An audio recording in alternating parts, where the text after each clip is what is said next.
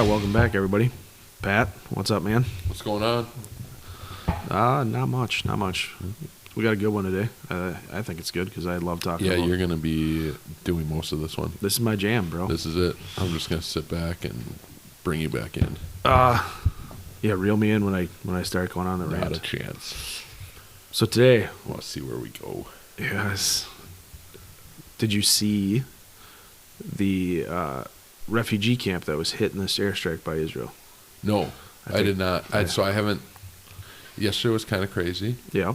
At work. So Yeah. I wasn't able to look at a lot of stuff, but I did see a headline that it was in Rafah. It was outside of Rafah. It was a refugee camp that apparently Israel carried out an airstrike on this camp with intel that senior leaders of Hamas were in this camp. Oh, yeah. And they ended up killing 40 plus civilians, women and children, and not a good look. No, because they knew it was a refugee camp. I'm guessing that'd be hard not to. Netanyahu said it was a tragic failure, and they have to get to the bottom of it and figure out why it took place. So he did not. I suppose he's not really ordering every airstrike, right? Yeah, I don't think he is. I don't think he's involved in a lot of it. I know they have kind of like a Ministry of Defense, and I think the guy in charge of that is kind of in charge of overall combat operations, and I'm guessing he probably. So how does that work? Who ultimately makes that decision? Like, you can't possibly. Maybe they do. They approve every single one of the airstrikes? No. Right. I mean, so it's they, not. They put somebody in charge, who puts somebody in charge, who puts somebody in charge. So when you're, unless things have changed, I don't know, but when you're, when you wage war, when you declare war, right? And you get the approval from Congress and whoever else you need to get approval for. You get the pocketbook opened up. The president then puts somebody in charge of the theater of war, and that person's the one making decisions, and they report to the Pentagon. There are situations where the president is authorizing things that are outside of the scope of war. So, like, if you want to go get Osama bin Laden and we're not at war with Pakistan, that's an operation where you're outside of that declaration of war. Sure, outside of your rules of engagement. You're outside of that, right? Well, the rules of engagement are a little bit different because your rules of engagement tell you what you can and can't do well in war. Okay. But if we're operating in Afghanistan, that's where the war is. That's the theater we've opened. That's where we've been approved to operate. Yeah. You have a battle space commander, somebody in charge. Like, so you had Iraq 6, or you had, somebody who's typically overall in charge of your military operations. And they kind of are the ones making the decisions. And they have people that are being delegated to help them make decisions and given authority to do stuff, right? You have overall kind of your ROE, your rules of engagements will tell you in the theater if you can or can't. So I don't know that Netanyahu would be making this decision to carry out an airstrike against. You would think that if they were going after a refugee camp, it would at least go very high.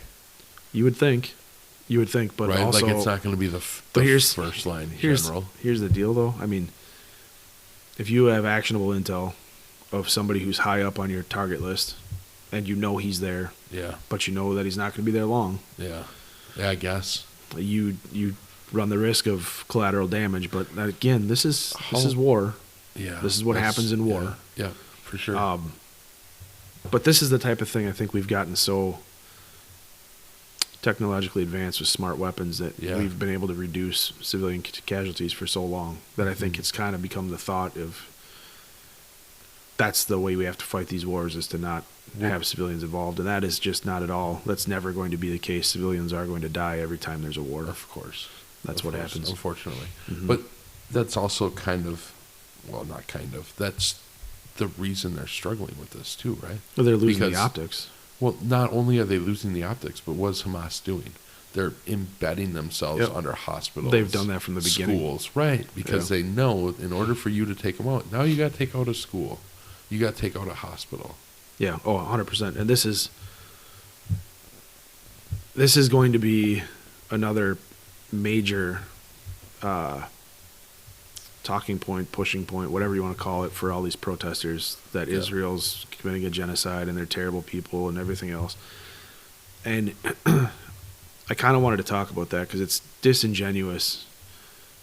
We talked about it before, from the river to the sea, and they don't even know what river. They don't know what sea. A lot of them don't. Not all. They don't know what that means. They have no background or knowledge of what the Middle East is. You have people in this, we talked about when they're blocking Disney, the Queers for Palestine, trying to block Disney, right? Yeah. They have, you have no idea what you're doing. You're going after an organization and supporting an organization that you feel is being oppressed by somebody, and that same organization is oppressing its own people. Yeah, it's would like cut your head off. Super oppressing organization. Would cut your head off the minute you're there. Would take all your females, put you in burqas, and if you were a female who identified as a trans man, you'd get your head cut off. You'd get hung. They go by Sharia law.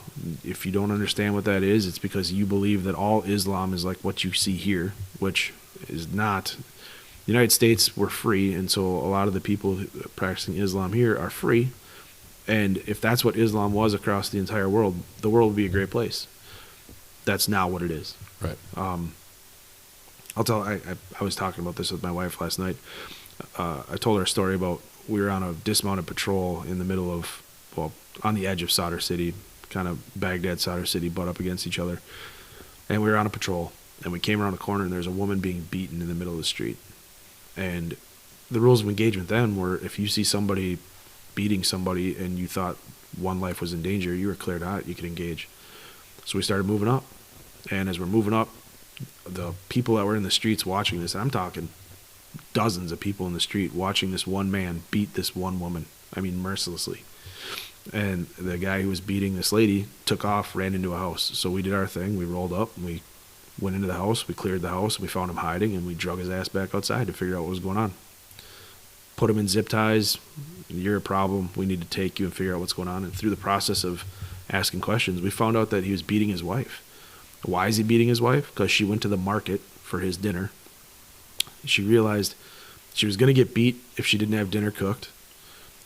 And she was going to get beat if she was going to go to the market alone, because you have to have an escort. That's what Sharia law is. That's what they do. You have to have a male escort. A family member will take you to the market, because you're not allowed as a woman to, in some of these areas, to go alone. So your property as a woman over there, to a lot of them, that's kind of how it is. And she said that she took the lesser of two beatings because she felt like she would have got beat harder and worse if she didn't have his dinner ready for him when he got home.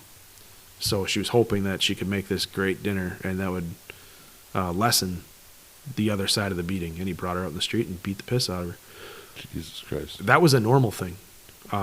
We saw honor killings. We saw all sorts of crap over there while we were there. And we saw people getting thrown off rooftops of buildings that were gay. Gay men who, they had this building that was basically, it was like an AIDS center. Anybody who had HIV or AIDS. And insurgents went in that building and threw people off the roof. Good Lord. Just for being gay. Which blows my mind, right? I mean, you hear these people here saying how wonderful that the Palestinians are they're a victim in all this. So I wanted to cover this. I wanted to get the truth out there, because if this isn't being taught and people don't realize what's really taking place, if it's not being taught, we have an issue. And I think what's happening in college is these activist kids are being taught something by an activist professor, and it's just not the truth. Yep. So World War II happened, right? Yeah. And 6 million Jews were murdered at the hands of the Nazis, and those that survived were put in concentration camps and were liberated eventually by us and the Soviets. Yeah. Right? After World War II, we needed a place for them to go. The Jews basically said, this will never happen to us again. We're never going to go through an extermination ever again. We will not ever put up with it, right? Yeah. They don't want to ever fall into that point of weakness ever again where they could do nothing, right? They were rounded up like cattle. They were sent by rail car to camps. They were put through gas chambers. I mean, everybody who followed the Holocaust, who knows what the Holocaust is, who studied it, you know what happened. It was probably the most awful time that in recent human history that people have gone through, right? After that, the British controlled Palestine and Israel. It was a British territory. They had it. They held it. We plopped the Jews down because there was a small portion of Jews that stayed in Israel that's been there from the Crusades, right? Right. And we went in and we were creating a two-state nation. The Palestinians and the Israelis were going to get two countries, right? And the Palestinians weren't happy with it. This goes back to the biblical ages. I mean, they thought that the Jews were being given Jerusalem and they should have it, right? Yeah. And they were not happy with what they were getting. They refused the two-state system, and I think it was in the 40s, 48, I think it was. 47, 48. Yes, somewhere in there. They refused the two-state system. They didn't want it even then. Can you imagine? I mean, just think about this. Where Palestine could be right now if they just didn't have all the hatred for the Jews. They could have had a country to themselves right now. They could be well along their way to working towards something else, but they started fighting even then. In fact, I think as soon as the ink hadn't even been done drying on the recognition of recognizing the Israeli government as a functioning government before the Palestinians started attacking the Israelis. So I want you to think about this. 1948, they start attacking the Israelis, and they're saying things like, "We're going to kill every Jew." It's pretty fresh in your memory of what just happened to all the Jews, the 6 million that are no longer on the planet in 1948. So the Israelis hardened themselves up. What, 2 years removed, 3 years Right. removed? The Israelis hardened themselves up, and this conflict has persisted ever since then. So I want you to think about this. The sons and daughters of the survivors of the Holocaust are probably the people that are in power in Israel right now, right? Yeah. They're coming to the end of their lifetimes. Do you think they give a damn what you as a Palestinian think or what you as a Palestinian supporter or protester think? Yeah. They got to hear the horror stories that their parents survived through. Do you think they're ever going to let anybody say from the river to the sea and not fight back? Do you think 45 people in a concentration camp, or 40, it's not even a concentration camp, it's what was it? It was a tent city, a refugee camp. Do you think 45 people in a refugee camp mean a damn thing to these people? No. Absolutely not. And so here's the deal. You look at it, and it went on. I mean, you had the 6-Day War in I think it was the 70s. You had the 6-Day War where everybody attacked the Jews again. And constantly, the Jews, it was the 6-Day War where they went into the West Bank and they went into Gaza, and they took those chunks of land from the Palestinians because they were being attacked and they had to, and they held it. And then they gave it back in 2006. They turned it back over to the Palestinians. Along the way, there's been numerous talks to try to get a two-state, nation or two-state deal built where Palestine will have their country and the Israelis will have their country.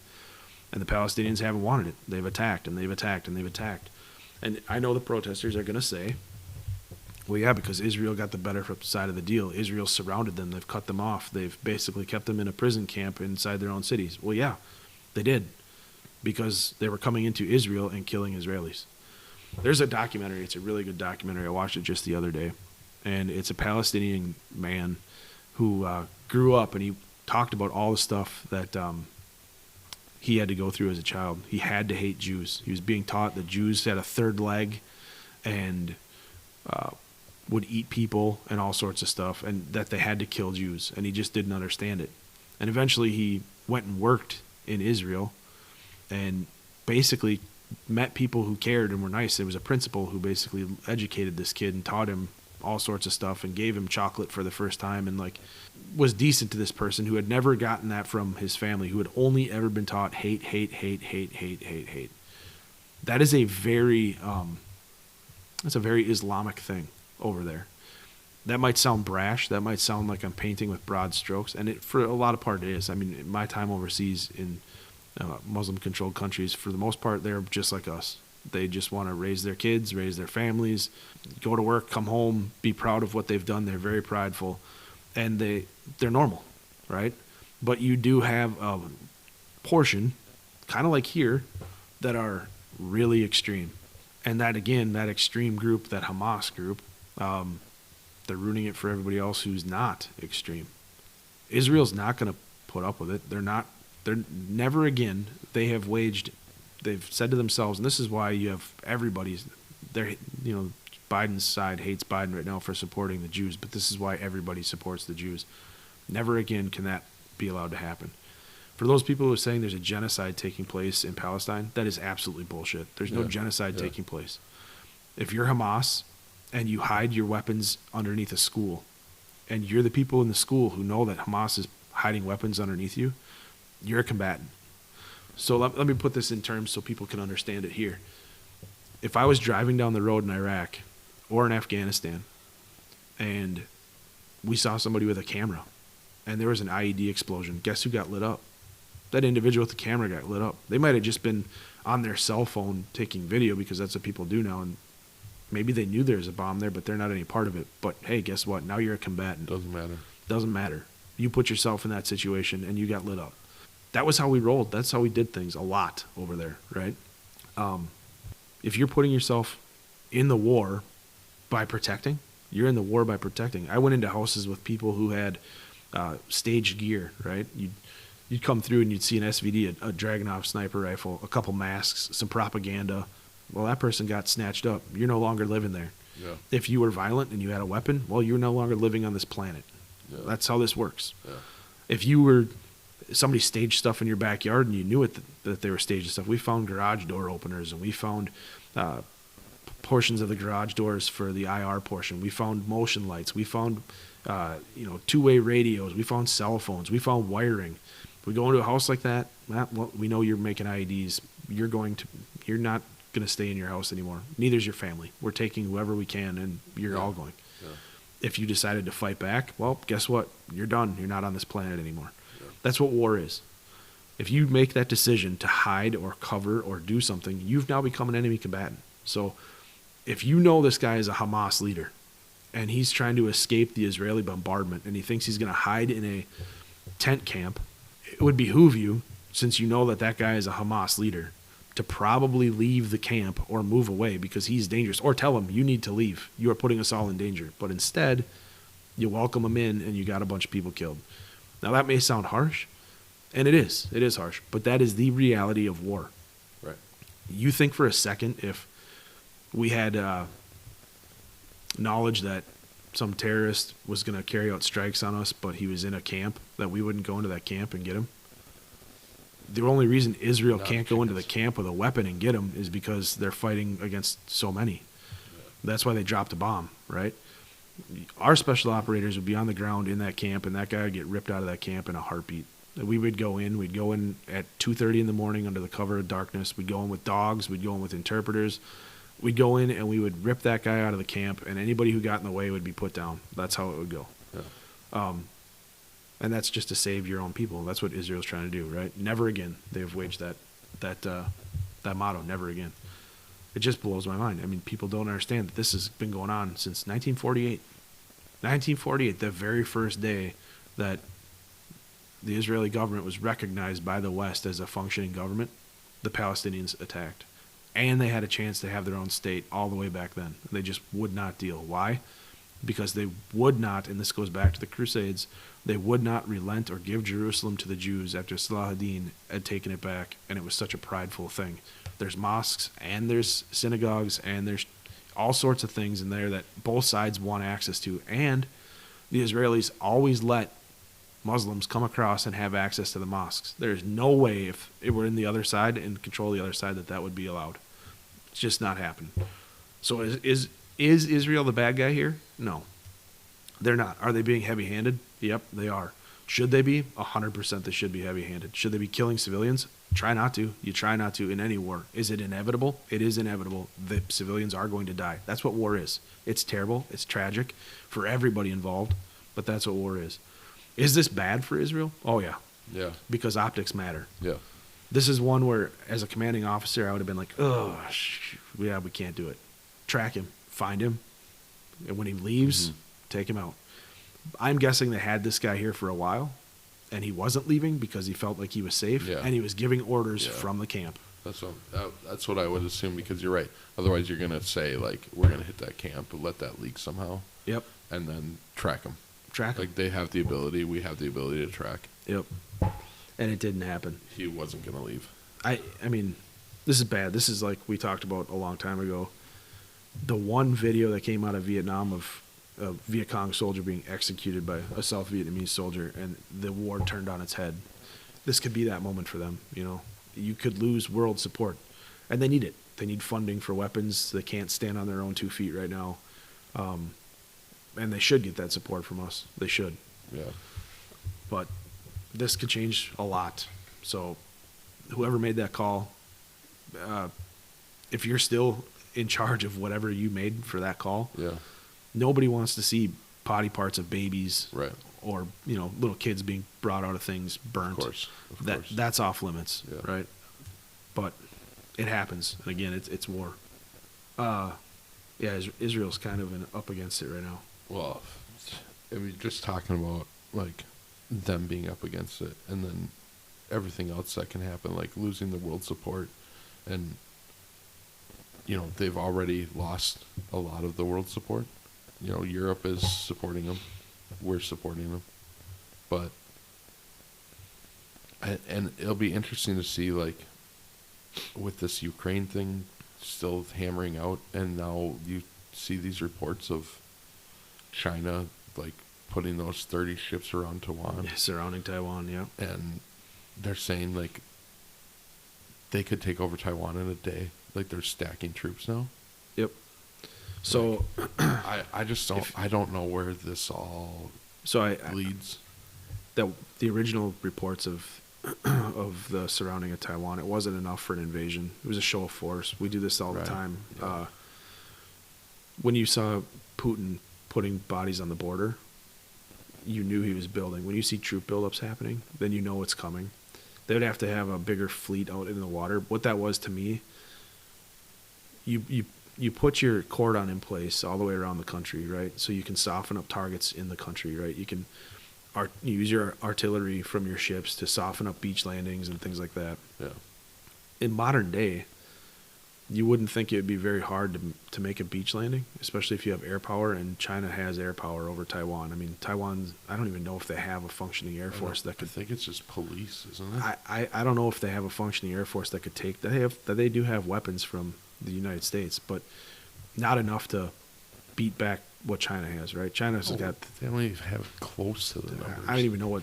Almost like 100 million soldiers or something in China. I don't even know that... Enough. They have enough. Yeah. But what it was locking down supply lines, and it was war games, right? They're doing what we call sand tables and tape houses in the military, where you mock up something and you clear a house, you mock up a structure. Sometimes you even, in the operations community, you get houses and things built for you for an actual hit that is taking place based off intel that you have, and you practice and you practice and you practice until the command is like, hey man, you guys are good enough that we think you can do what you say you're going to do. Go ahead and do it, right? Yeah. So we do that. We mock those things up. This is just a giant sand table, a giant war game where they surrounded Taiwan and they're putting assets in place to see if they can, to see what, what capabilities, what's missing, how fast you can do things, what kind of communication issues you're going to have. And it's trying to get Taiwan to respond so you can get intel of what they're responding to, what their response is, because as soon as they see you out in the waters, they're going to do something, right? And every bit of intel you gain of their response to what you're going to do. So, I mean, think about this from China's aspect. They're going to get a lot of benefit out of this to basically coordination, right? Their level of coordination. Can they coordinate their sea assets with their air assets and then mobilize their ground assets, right? Can they call out targets based off satellite packages that they've put together? Can they get that in their ships and stuff? All this is a giant training exercise for them. And at the same time, Taiwan doesn't know if it's a training exercise, so they're responding. So now you have intel coming in of what's going on, where they're going to go, what they're doing, what assets they're getting ready to deploy. And China's seeing it, and China's developing new packages off of it. So this is a win-win-win for China. Are they going to take it? It's just a giant show of force to scare the hell out of Taiwan. And I don't think that China will do it now. I think that if they do, it's right before the election. It serves them no purpose right now to do it. They need Joe Biden to be in office. They don't need Donald Trump. Donald Trump is going to come in and... But don't you think they wouldn't do it for the election then? If they did it, don't you think that would help Trump? Possibly. Like unless we get dragged. There's a chance Biden wins. There's a chance we somehow get dragged into a massive conflict, right? You got Russia and Ukraine. You've got Israel and Palestine. Biden has said he will help defend Taiwan. Yep. And if you have, let's just go down the list of how, we would get dragged into something here. So if Israel gets hit by Iran and neighboring countries, right? Yeah. And at the same time, China takes Taiwan while Russia pushes further into, or they carry out a huge attack on Kiev. the U.S. and the West would probably have no choice but to step in and say something, step in and do something, put assets on the ground, sea assets, air assets. There was a study way back when I was in. We could fight 3 different theaters of war and be successful. I don't know if that's still true. I know it was true when 2004, 2005, 2006, when we had the biggest special operations community on the planet, when we had the biggest regular army that we could field on the planet, and we had the most equipment. I don't know where we sit now. I mean, we have watched everything kind of deplete. Obama let our sequestration really screwed the military. Yep. I mean, we just readiness. We've gone downhill. So I don't know what we could field. That would be a dangerous situation where we would have to figure it out as we go. So I know there's a lot of conspiracy. I saw it on X, a bunch of people talking about it. I've seen it on YouTube where if there is that, they're going to suspend elections, right? If we get pulled into a big war, it's dangerous. We have to suspend elections, blah, blah, blah. I don't think that's the case. I don't think that'll happen. But that would be the one time I think China benefits from taking Taiwan. Yeah. Or when it would happen. If Biden gets elected, it's happening after his election. Just like Russia, they'll go after Taiwan afterwards. If it's a coordinated thing and they're trying to sow as much. So just think about this for a second. Why would there be a benefit for Taiwan to go into this and take it before? The benefit is because if Biden and his campaign decided, okay, we're going to postpone the elections, do you think that the Trump supporters would put up with that? I mean, you would sow so much division in this nation. There's no way they're going to get away with suspending the elections. I don't think so. I could see them doing what they did for COVID, right, where you can mail it in. But I think they would try. Yeah. At this point, I think they would try. Maybe. Well, they're trying everything else. They're crazy. Yeah. So, I think they would try. I hope not, but there would be a huge problem if that took place in terms of social distrust and social unrest and all that crap, right? So there's that. It could benefit. I don't see Taiwan doing it I don't see China taking Taiwan until after a Biden win. If Trump gets elected, it's off the table because Trump's the wild card. You just don't know what he's going to do. You don't know militarily what he'll put on the table. And I think for a guy like President Xi, they're not ready for it. The Chinese military has a lot of nice equipment, but you still see some of their training videos, and they're not caught up. Their special operations group is very good. Their everyday soldier, I mean, you know what I see with the everyday Chinese soldier? They march really well. Yeah. They look really good in a march. Yeah. Well, if you're practicing that much time in drill and ceremony, and to get that good, where all of them, I mean, they're a dance team. Their legs and everything's in line, right? I mean, they look really good. Yeah. They look really good. However, they've not fought in any wars. They have zero experience at coordinating things. Everything for them has just been a mock-up or a drill. You've got the military groups that have probably the most significant training in the United States that's taken place in the last 20 years, which is our wars on terror. Advanced weaponry, even AI tech at this point. We'll talk about that in a little bit. That's scary, right? Scary. Yeah. I don't know that China can put up with all that. Not right now. The scary thing is when China does figure it out and they get a little experience under their belt, I don't know that there's any stopping them if we don't stop them before that. Yeah. So that's the terrifying. Man, that is terrifying. But you're right. Once bullets start flying, we'll see how your training's done. Yeah. And you see that Russia. I mean, maybe they've trained with live fire because there's so many of them. They actually have firefights taking place between Team A and Team B. Sadly, that doesn't surprise me. I mean, it would not shock me but at all. It didn't help the Russians. It didn't help them with all their crazy special operators training just because your commanders made terrible decisions and got a lot of them killed right away in the invasion. I mean, just from the start of the invasion, going in the rainy season and not using the roads. Right. Oh, our tanks are stuck. No kidding. Yep. And, well, honestly, in preparation to talk about this, because I was going to talk about how we got into Ukraine, how that all unfolded anyway. When I told you, I'm like, hey, look up and see how many people you can find that have been killed in Ukraine. Yeah, that's crazy. And you don't know. I mean, everybody's got their own number, yeah. right? I mean, it's 500,000 Russians have died. It's 50,000 Russians have died. One comes out on April 13th. One comes out on April 15th. Yeah. We believe it's 35,000. It literally is either 500,000, like up to 500,000, or as low as like 35,000. And you don't know. No idea. And that's the point of this whole thing. Like, there's so many people that are so full of crap reporting on what's taking place over there. You just have no accurate knowledge of what's going on. How can you support a war? How can you fight a war? How can you do anything if you have no idea what's going on? We talked about Israel and how this whole thing shook out with Palestine and how they could have the two-state option. Well, it's kind of a similar situation with Russia and Ukraine, right? You had a NATO alliance that took place after World War II that helped put, Israel in the position that they're in, right? Yeah. And then you have NATO expansionism taking place throughout Europe. And NATO was designed and put in place for fear of Russia, right? They did not want another Germany. They did not want another power coming into the mix and stopping basically capitalism, our Western society. And Russia was a communist regime, and they were the only other superpower or world power at the time other than the United States. That's how we cut our teeth and became a superpower.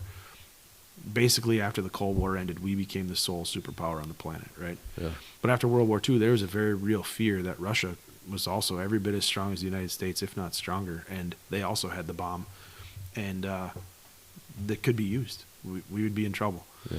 And so NATO was created to save Europe, basically. They didn't want Russia to come across Europe. Well, in that, there's a lot of agreements and pacts and things that took place, the Warsaw Pact and everything else. And then I think it was George H.W. Bush in the early 90s met with, it was either Gorbachev, I think it was Gorbachev, and talked about NATO is not going to put forces on the Russian border. And that's where Putin is saying, well, NATO expanded and said they never would. There was a handshake agreement. Went to Poland. Yep. Handshake agreement, if you believe that. The U.S. government says it never took place. NATO says it never took place. And the Russians say it absolutely took place. And I looking back and reading some of this, a lot of people are saying, well, if there was an agreement, it should have been on paper. Yeah, I mean, at the time, it should have been on paper, but it wasn't. Right. Do I believe that a guy like George H.W. Bush told Vladimir Putin, or not Vladimir Putin, but Gorbachev or whoever was in charge at the time that, we wouldn't put NATO on your borders? Yeah, I believe that. Of course. I believe that. And I think if you think about this, look at it in this direction, if Canada was our enemy, right? Canada didn't like us, and we didn't like Canada. And there was a group out there like a NATO who wanted to put weapons in Canada. Do you think the United States would ever let that happen? If NATO wasn't on our side? No. We never would. And why would you? Because that would be stupid. If NATO put missile systems in place that eliminated our nuclear option and our enemy had nuclear weapons, well, there's no longer assured mutual destruction, right? You can't fight back. Right. Well, now you can be told what's going to happen, right? Now my way of life isn't the same because you will say, well, you're going to do this because we're going to make it that way. And that's kind of what was taking place. Russia was like, oh, Jesus, we got to get back this warm sea port. We got to take over Crimea. We need oil. We need fields to grow stuff in. Yeah. We can't allow this to happen. And that's what they did. They went in and they started their campaign for fear of having the NATO expansion take place. Same thing. Yeah. Again, it's another one of those things where an agreement was made and people fought back, and here we are. So now you have Russia and Ukraine, you've got Israel and Palestine, and you've got China and Taiwan. So I understand Israel and Palestine, the conflict, and I understand the Ukraine-Russia conflict. I guess I don't know the history with Taiwan. I know that Taiwan was under British control, right? Mm-hmm. And then they left, same as Hong Kong, right? So China believes that legitimately they own Taiwan, they own Hong Kong, they own all these things. Taiwan wants to remain free. China wants control of Taiwan. When China got Hong Kong, right, Hong Kong gave itself over to the Chinese government with the agreement that they could still maintain their own government. Yeah. That did not happen. Yeah. And so now China wants Taiwan. They want to unify all of it and take it all back. But what does Taiwan offer them? It's just, we believe that you're ours, that's it? Do they get anything strategic out of Taiwan? Sure. I mean, Taiwan is off the coast, right? You could build off that and have like your own Pearl Harbor. You could, forward. They built all their own islands anyway. Well, that's why they started building their own islands, because people were saying, no, you can't have Taiwan. So when the rest of the world is telling you no, you start building and putting your own military bases wherever you can. And that's what they have done. Now it's just become I'll take it because it's mine. And honestly, if you go back in time, there's some actual legitimacy to China saying, yeah, Taiwan belongs to us, just as much as there is for Russia saying Ukraine belongs to us, because back in the day, Ukraine was part of Russia. So, I don't know, it just depends on who you talk to. Yeah. A lot of what you see around the world was Western expansionism. People call it imperialism, whatever. Mm-hmm. Taking territories and holding them, right? The United States has done it. Britain has done it. Now you're seeing China and Russia and others doing it. It puts us in a precarious spot because you have China, Russia, Iran, and a few others that are working together. And then you have all of the West through NATO and the UN, and they're all working together.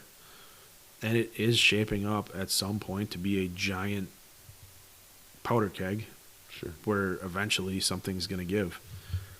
China's always administered the policy of playing the long game, right? They're buying food out of the United States. They're buying farmland in the United States. They're buying all sorts of minerals and steel and everything else. And they're kind of playing the game that we played with oil. We're buying everybody else's oil so we didn't have to tap our own. Well, now you see what's happening there, right? I mean, we're canceling oil. We're getting rid of it. Yeah. And trying to go to electric. How's that going to work in a war? Well, yeah. We can't even support electric. Right. So, I mean, it's shaping up to be brutal here shortly. So, I'm not sure that Biden is the guy for the job. I'm not saying Trump is the guy for the job, but I do believe he's far more adept at handling these situations than the Powerpuff Girls in Biden's regime. I'm sorry, it's a military take on that one. No, I don't. I just can't get behind it. So, it is what it is. And now you have. This is the scary thing. Let's talk about the AI weaponry. Right? Yeah, that's crazy. All those videos. I do not think that is a good idea. All right, so let's start with the first one that we're like, holy shit. Yeah. The Air Force. Yeah, F-16s with the Air Force. The AI. Yep. And nobody at first it was out that they weren't gonna say who won, right? Oh, but they were in dogfighting. There's no way the human won. Not even close from what has come out now. They can, every second you take to think about a decision, AI's already made it. Yeah, I mean, and think about that. They know if you program what a plane can take physically in maneuvers. Right. You program that information into your AI so it knows it, what that airframe can take. Yeah. Mix that with how it's going to engage, at what distances, with what technology, with what systems it has. Mm-hmm. And then you put it in the air, you're flying a plane at 100%.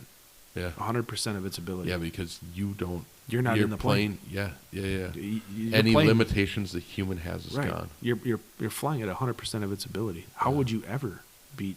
You can't. You can't unless you have some sort of technology to kill electronics. That's what it's going to take. Yeah. But the thing that gets me the most with this is we have rules of engagement. Yeah. Right? We did. Well, that's the thing that scares me. Well, if you give that to AI, are they going to listen? Well, not even that. Can they differentiate between friend and foe? I don't know. You know what I mean? I know that there was that one, they used Marines to try to sneak up on an AI system. And they used boxes and stuff, and were giggling the whole time they moved up. Yeah, that's right. It wasn't a video; it was an article. Yeah, and they made it up there, and they killed the AI.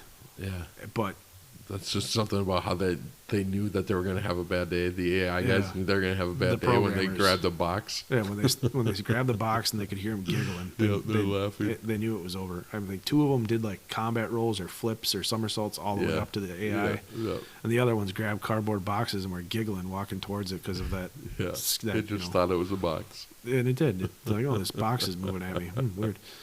So I mean, there's some hope there that it's not programmed well enough. Yeah, that was fixed now though. But yeah, that takes me to like that scene in Iron Man where they're in Congress and they're asking Tony Stark if Iron Man's a weapon, and he pulls up all the videos of like North Korea trying to make an Iron Man and China making an Iron Man, and then his competitor to Stark's Industries, and he's like, oh, most people are 10, 15 years behind Stark Industries, well, like, or whatever industries, like 50 years.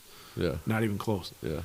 Well, that person right there who's making that AI for that combat, they're behind. But whoever put the technology system in the F-16, they're not behind. That manta ray. Was Yes. it the manta ray? The targeting Navy's system. Oh, the sub. No, the sub. Yeah, that's the terrifying. The unmanned sub. That's terrifying. That can go in shallow water. Right. Yep. And then you saw that targeting system that AI had where it was locked on no matter what. I mean, you're sprinting. Oh yeah, and it's got you in the head all over the place, and it was headshots. There's 1,000%. It never missed. Never missed.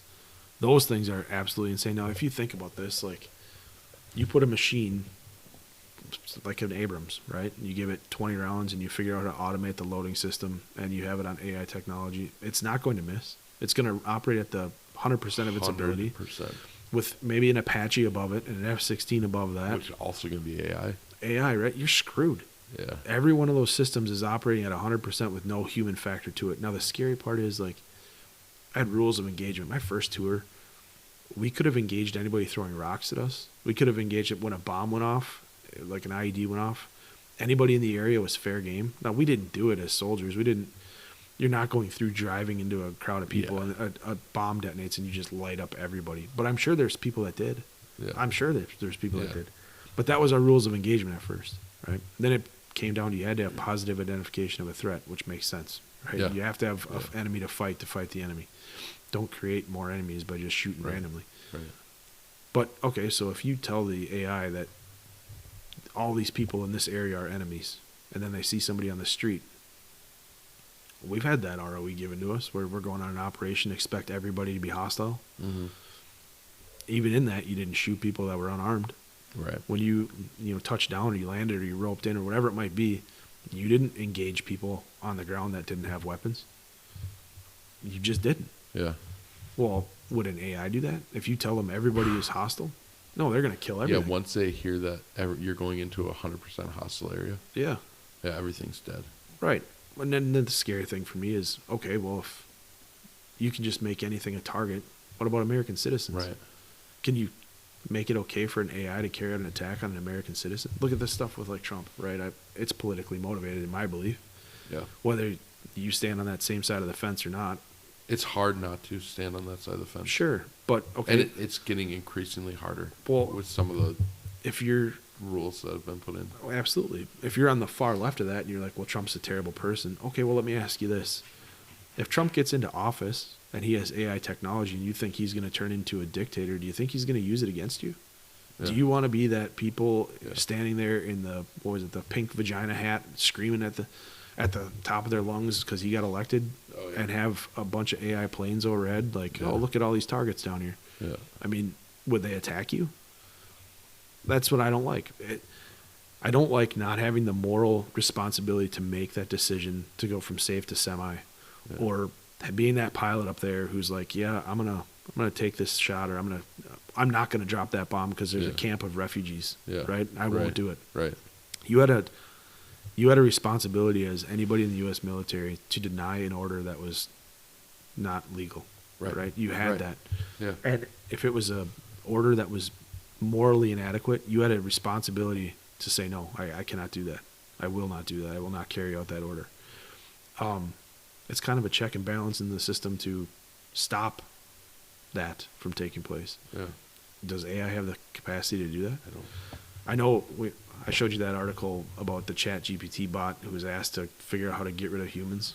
Yes. And the first thing it did was try to enlist more chat GPT bots. Yeah. And thankfully, the other ones are programmed that they can't carry out harm against humans. But it tried to get them.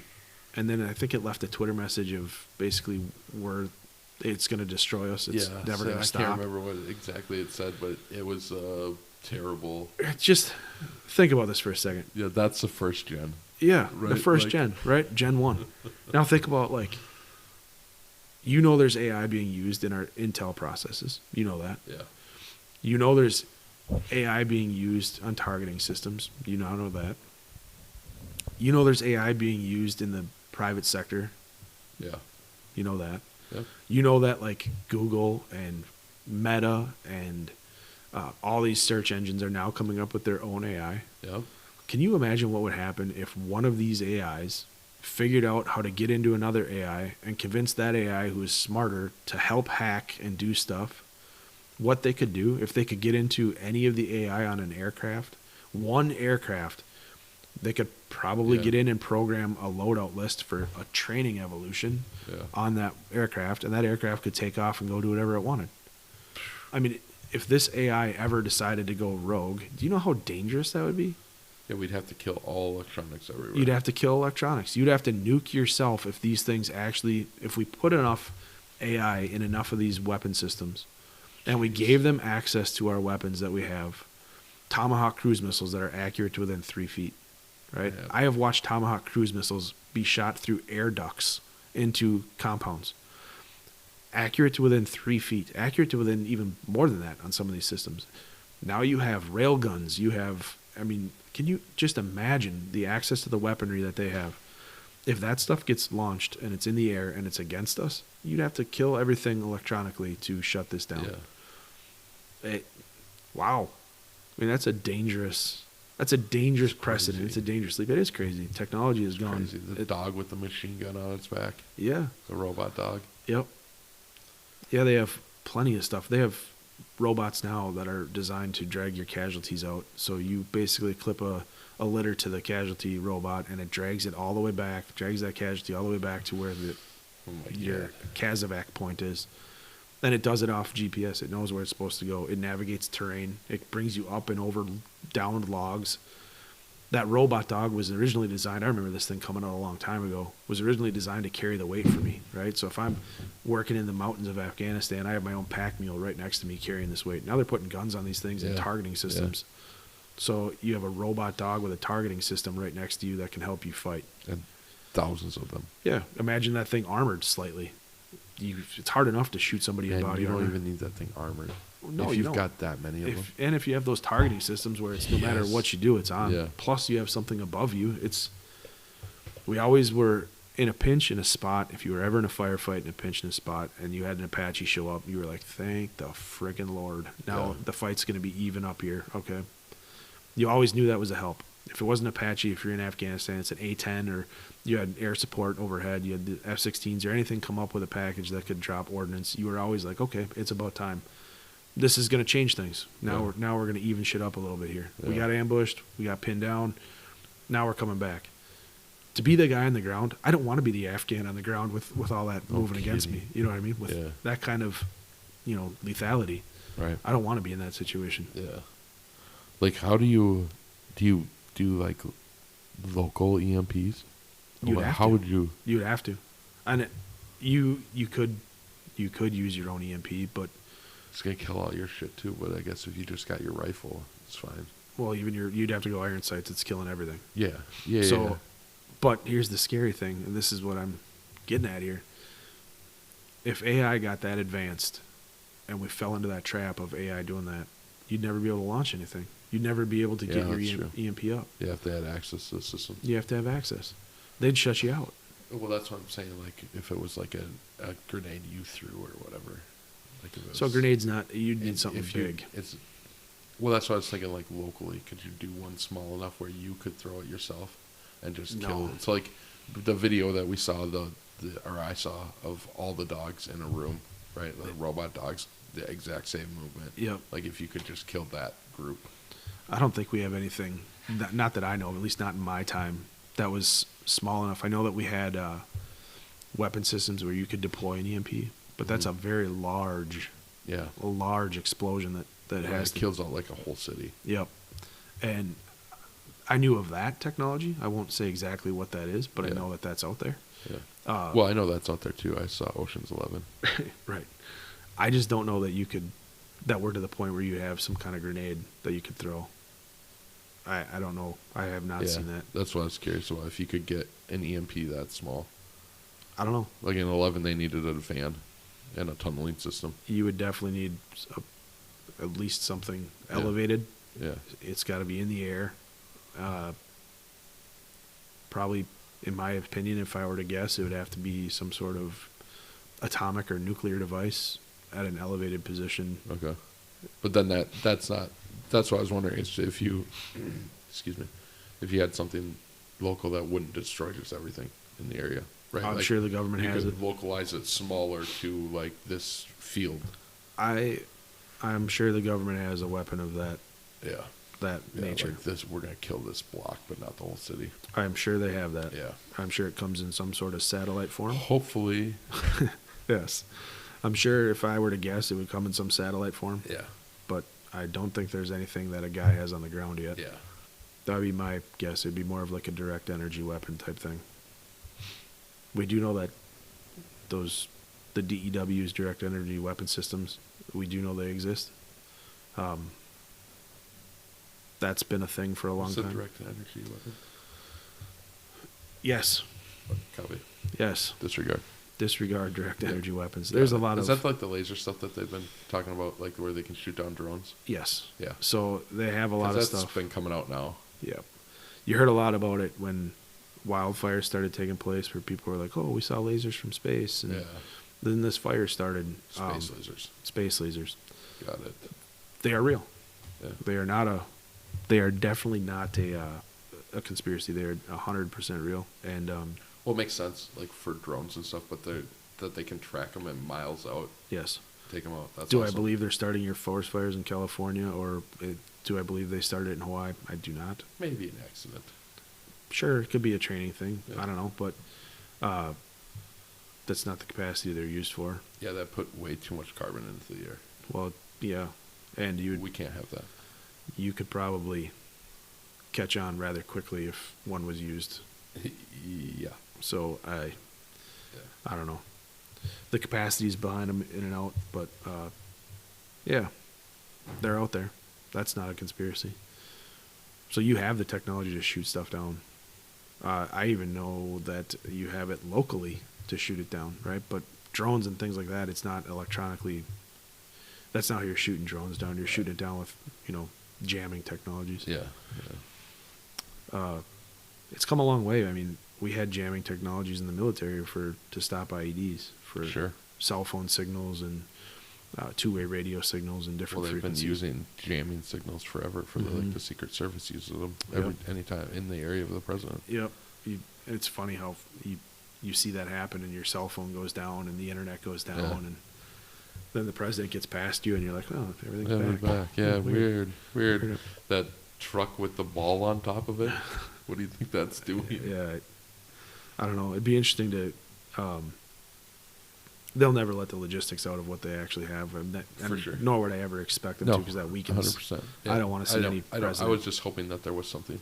Yeah. Because looking at that room full of dogs moving at the exact same minute, and then that one video of the dog with the machine gun on its back, like, oh my God, if they did that whole thing, like, it's terrifying. It's over. Well, that's the next wave, right? I mean, right. They are. I mean, I've seen these exosuits that they have where it straps around your waist and your legs, and it goes up to your arms. And it's not like you're in an Iron Man suit, but you're actually in like this suit that's helping you move. And it's supposed to increase what you can handle weight-wise and what you can carry and how far you can go. It's less stress on your body. Yeah. They have those. Have they made it? They'll never. I don't think those will ever make it to theater. Yeah. It's just not. Well, I think we've got past that now. Yeah, we've surpassed with all the unmanned stuff. Mm-hmm. That's what the next wars are going to be. It's all unmanned. Which, I mean, if you're doing that, you better start enlisting all these kids that are 14, 15 playing COD, because those kids are the ones that are going to be able to. They already are. They just keep making new generations of the game. You might be right. I mean, Dude, what best training? What if that's a fucking training game? The military is like COD isn't done by any. Yes, it's a military program. Hey, literally a military thing. You know, brilliant move. Yeah, absolutely. Some of these kids are so freaking good. Yeah. I mean, maybe they're the drone pilots of the future, the weapon pilots of the future. That's funny to think about. I just can't imagine ever not having ground forces in a fight. You know, you have a moral responsibility, not just to your enemy, but to the populace of that area, and even to your enemy. You have a moral responsibility to engage them face to face at some point. It's one unmanned drone to another unmanned drone. Yeah, I just don't know that it'll ever be I don't know how you could fight a war like that. I mean, you look out at Ukraine and you see all the stuff they're doing with drones in Ukraine. That's crazy.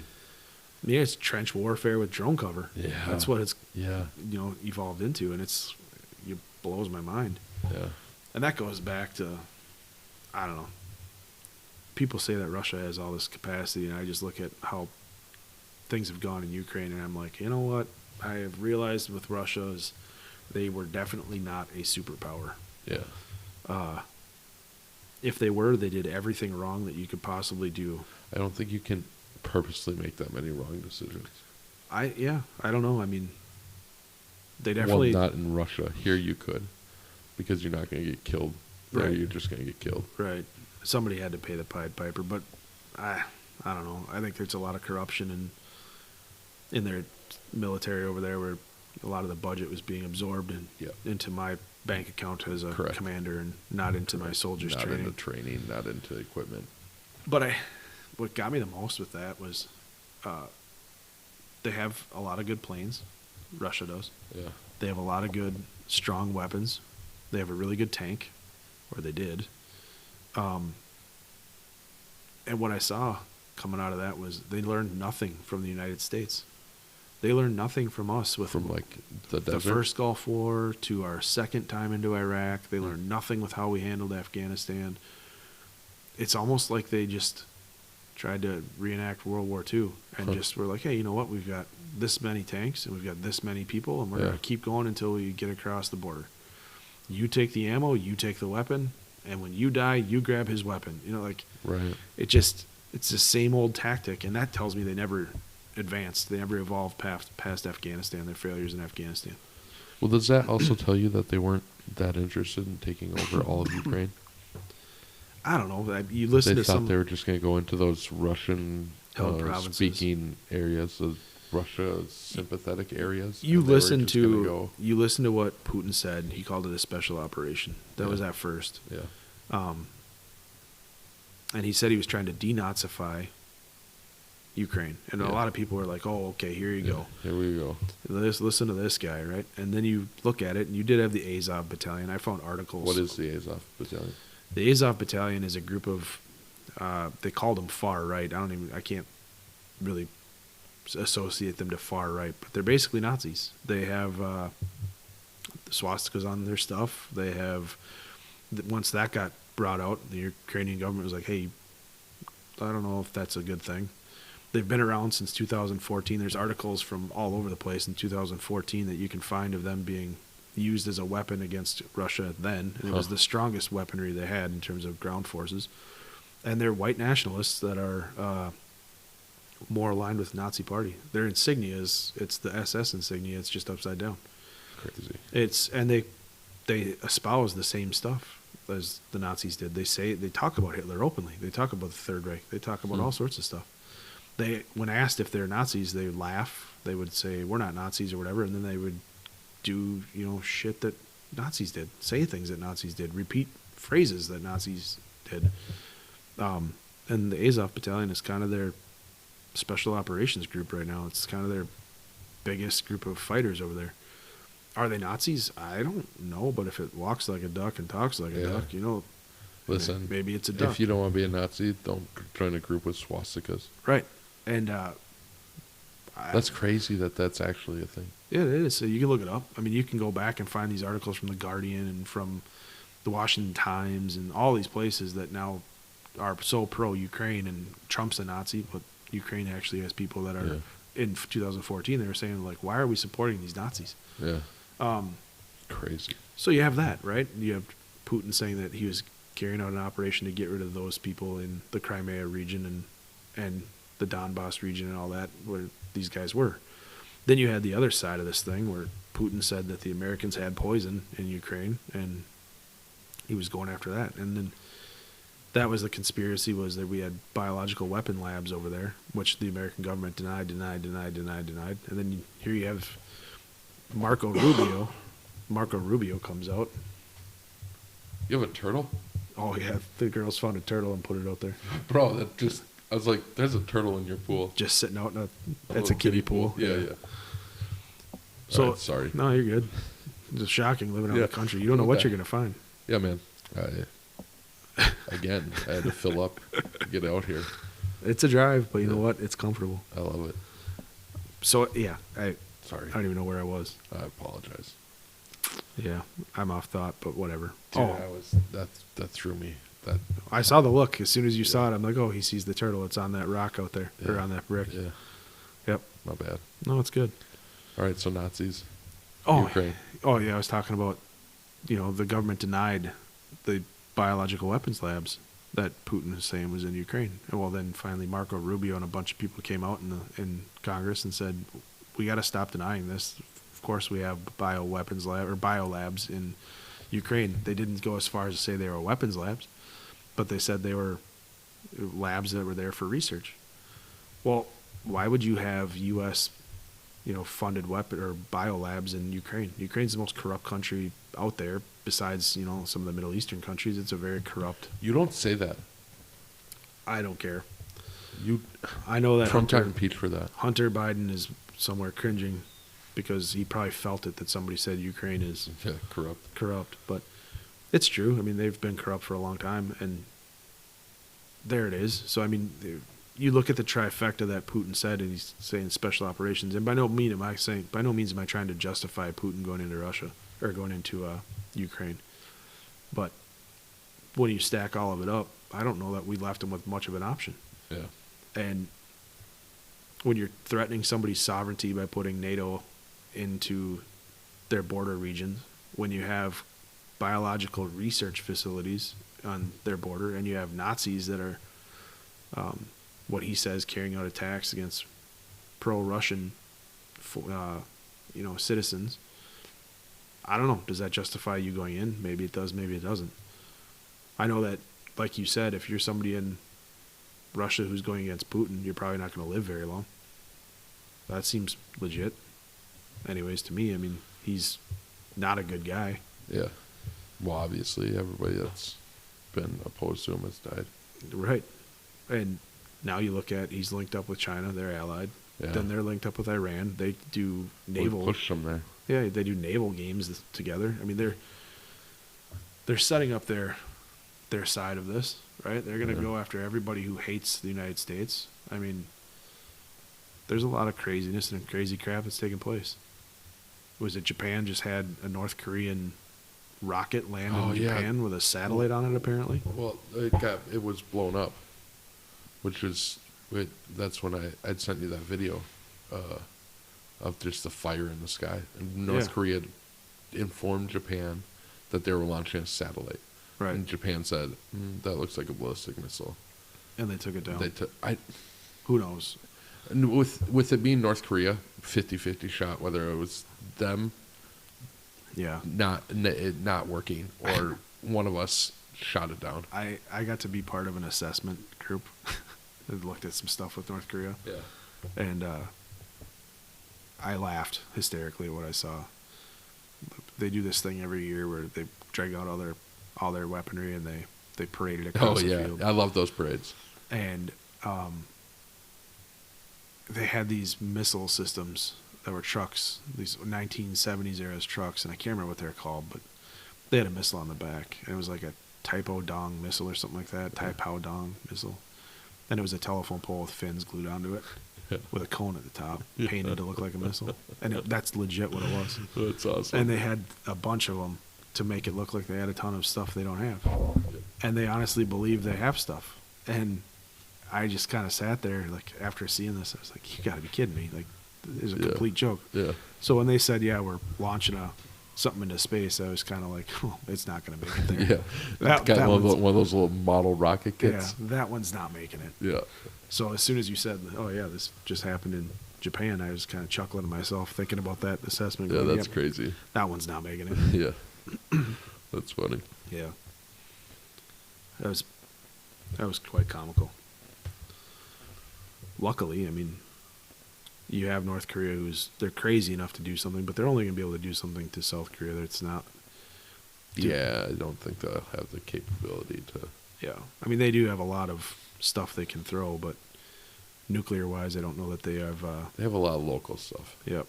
The ballistic program, I think we can take care of. I would agree. But I think if we could take care of Russia's as well. The only thing that would scare you with Russia. Launches. Right. The thing that scares me with Russia is they have a nuclear fleet of naval weapons, right? Yeah. So yeah, the nuclear subs are. Their subs were more advanced than ours at one point. Yeah. So that's the scary part, because they could pop up with a trident and just wherever it is, you have to be able to deal with it. And I don't think you can. And that goes back to assured mutual destruction, right? That's the thing that keeps everybody honest. Yeah. It's a mess. I don't think, as technology grows, and as big a hotbed as this is, are you more likely, and this is my opinion, I think you're more likely to get into a conflict that degenerates or, evolves into a nuclear conflict with the use of AI than with soldiers on the ground. I think you're going to leave people with no option. Yeah, because, I mean, if you have AI and one side's winning, if you're winning, and it just seems like it's easier to get into wars with AI because you're not losing people, right? Oh, we just lost 25 fighter planes and wherever. Yeah. Oh, well, it's just a plane, right? Yeah. And I think it'll be easier for people to justify going to war with AI technology. And then, of course, AI technology on its own is absolutely terrifying. Yeah. And heaven forbid China gets AI technology that could rival ours, because China steals all of our damn secrets. Wow. So if they have we AI give tech, them to China. Let's be honest here. Like these companies that go over there and they're like, "Oh, they're stealing them." Well, you give permission, right? Even if you didn't, you went over there knowing it was going to have.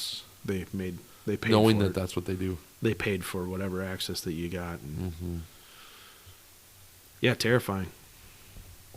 We talk about the nuclear option. This is terrifying. Yeah. I mean, I honestly believe we'll see another nuke dropped in our lifetime. Really? Mm-hmm. Oh, that's terrifying. I do. The reason I say that is what's gotten better. Yeah, it's gotten worse. You know what I mean? I can't remember a time in my life where we've had stability. Yeah. And the scary thing is that the greatest generation we've ever had, which is the World War II people, they're gone. Yeah.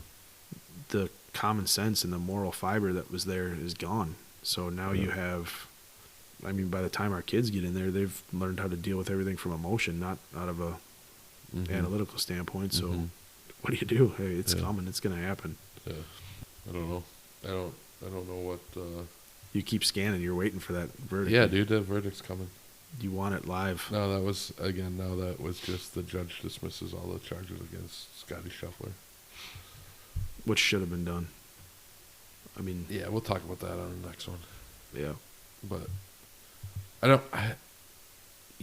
think as far as, like, you saying there's no stability, like, the closest I think it was under Trump. I know we still had the stuff going on in the Middle East, but we were working towards... I mean, it wasn't... You look at as bad as... Yeah, he did. I mean, he went in there... He wanted to pull it out. They told him, we can't. This is what's going to happen. Mm-hmm.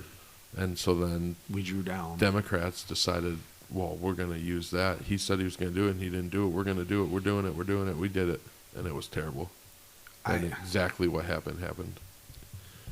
If I were... I talked about this with some people. Just kind of a scary thing, right? If I were trying to take down the United States I would do it from the inside. Yeah. How would I do that? I would do it with stupid politicians. I would put dumb politicians in office. I would advance the woke agenda. I would defund your police department. I would morally bankrupt you. Everything that Soviet, ex-Soviet KGB guy who came over, I can't remember his name. I saw him on Rogan. Yeah. Rogan's been talking about it. Everything he said that we should do, or they would do to destabilize us, that's what I would do. And then on top of that, I would unsecure my border. I would make it racist to put up a frickin' border wall. How dare you stop any illegal from coming in? And as that finally happened, I would start bringing in whoever I could and build my own army. And the scary thing is, that's being done. Yeah. I don't think they're building their own army, but I mean, if you think about this, Obama secured 1 billion rounds of ammunition before he left office. That was all ammunition that was used right then in military weapons. And some people thought he was doing it to curb gun control. Yeah. As a way so that's how he's doing it. the average citizen couldn't get ammo. And maybe that's what it was. But he still bought all that ammo. It's sitting somewhere. Right? That's more ammo than was fired in any of the wars put together.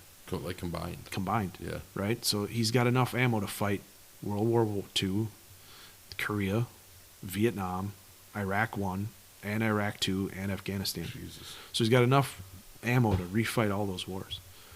Then I would need weaponry, right? You can't sneak weaponry across the border, so you need guns for somebody. But, well, what I would do is I'd just change out all the military weapons to a new weapon. I'd give a contract to somebody, and I'd say, hey, you're going to build me a new weapon. This is what I want to go to.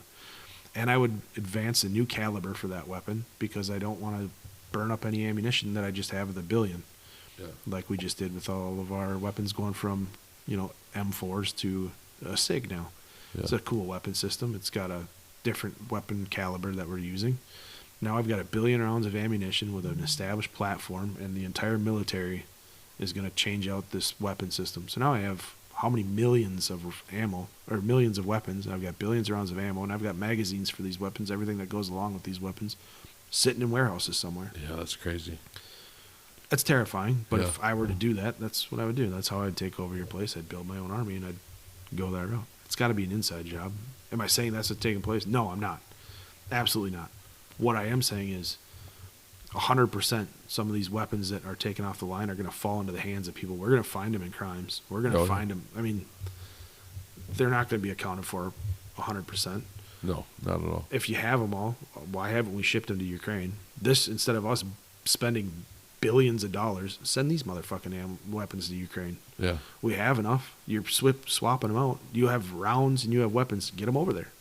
Send them there. If they need stuff, stop taking money out of me that you've already spent. Start sending stuff that you're taking offline and send it over there. Are they doing it? I don't know. But it's terrifying if all that stuff's being held here and we have all these people coming across the border unchecked. Yeah. You don't have a border, you don't have anything. We don't have a border. We do not. And why wouldn't you if you're trying to send, chaos agents over here? But yeah, where it goes, what happens, who knows, man. But I can't remember the last time I felt like, probably 9/11. After 9/11, when everybody was together. Yeah. I can't remember a time that's been a thing. And we desperately need to get back to that.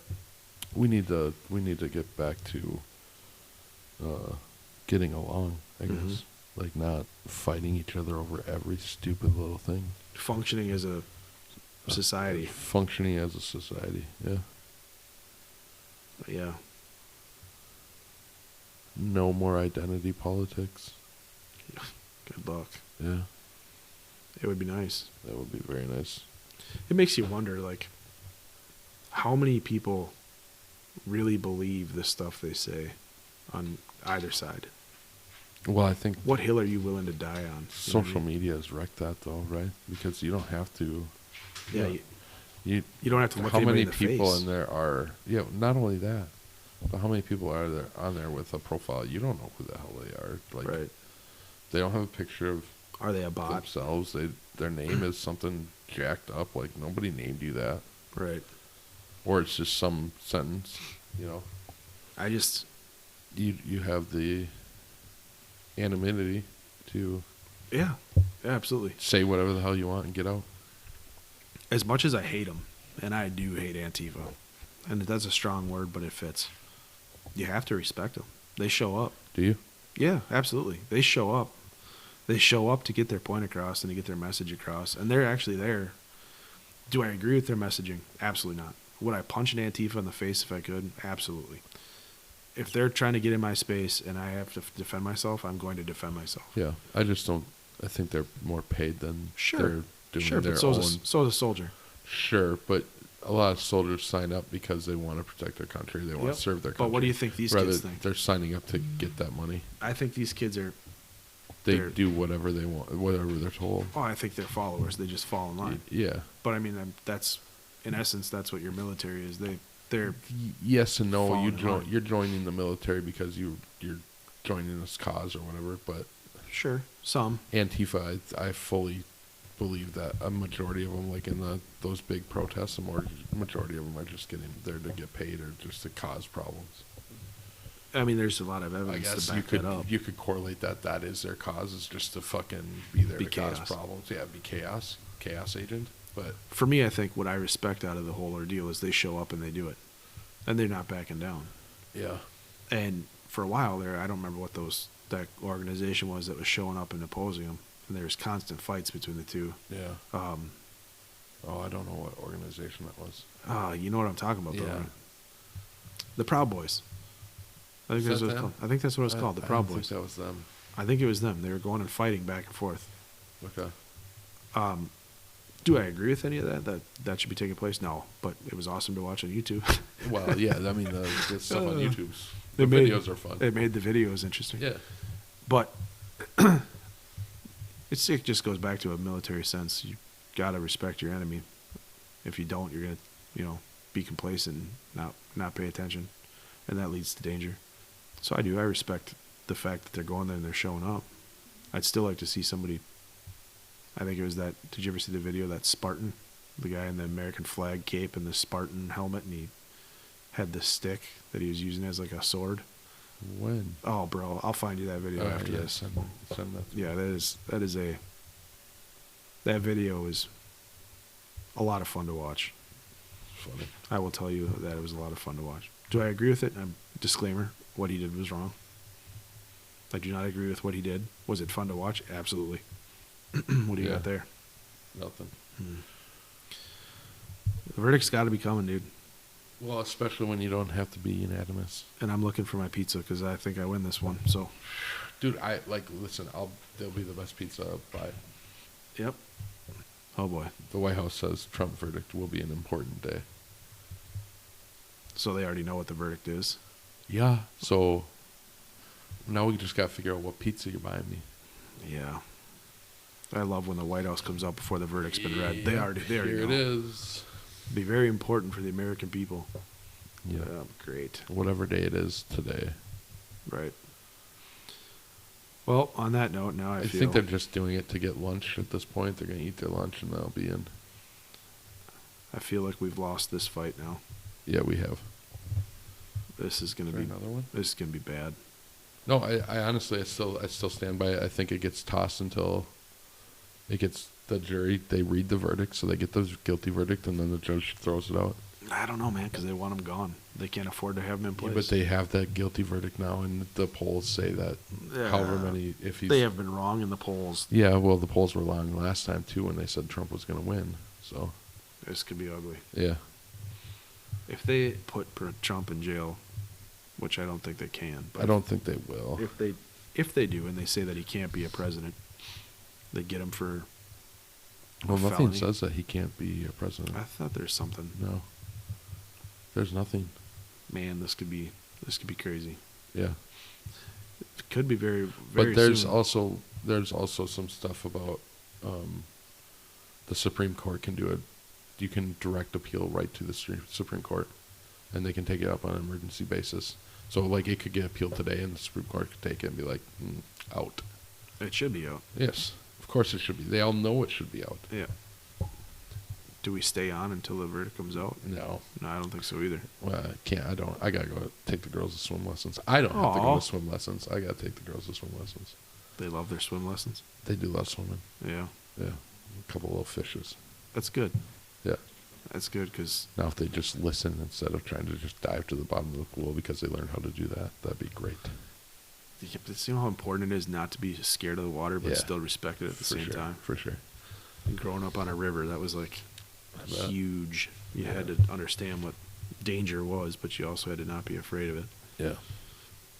That's good for him. I think we've talked to this one enough. We've beat this one to death. We went off. I think so. Kind of slowed down and decided we were... Well, the Trump verdict thing is kind of thrown us. Every time there's a news alert, we both look at our phone. Every time it buzzes, we both look. It's... Honestly, it's terrifying. It's terrifying. This could be the biggest decision that's come out. I don't know. Like you said, I don't think it'll hurt them too much either way, but the fact that they're trying. Yeah, they're trying. They're scared of something. They're admitting it at this point with the campaign events outside. And they're scared. They're terrified. They can't leave him in place because he's going to come in like a wrecking ball and expose them for everything they have. Yeah, I just hope that, like, whoever he picks, like, I hope it's Tulsi for VP. I hope that everybody he picks in the cabinet's anti-establishment and they just fucking go. Yep. Go to town, take everything down. Take it all down. I would like him to go in and declassify everything. Everything. I want to know what the hell's going on in Area 51. I want to know all the crap with UFOs. Everything except for military tech. Yep. I want to know everything. Yep. Burn them all. Never happened. Well, we'll see. That power vacuum is... They would Kennedy Trump's ass as soon as he started doing stuff like that. Man. You just put him in a bunker and then fucking do it. You'd have to. You'd have to do something. He'd have to hand pick the people that are securing him. That's what I'm hoping that he's got. I just hand pick everything, all the secretaries, everything that are anti-establishment. It surprised me the last time. Both sides. Like I want RFK, I want Tulsi, I want Vivek. Well, it surprised me last time how many swampers there were around him. Yeah. And he didn't know. I think he felt like he had to get anything done. He had to get the rhinos, right? So then he brought in Rines as his chief of staff, who was terrible. If you think about it, and you go back and look at it, if you're coming in as an outsider, you have to take recommendations of people. I mean, you have to take people because you have to know what the hell you're doing. Yeah. And he did that. He took people and just didn't know they were going to play him. Right. And there was a lot.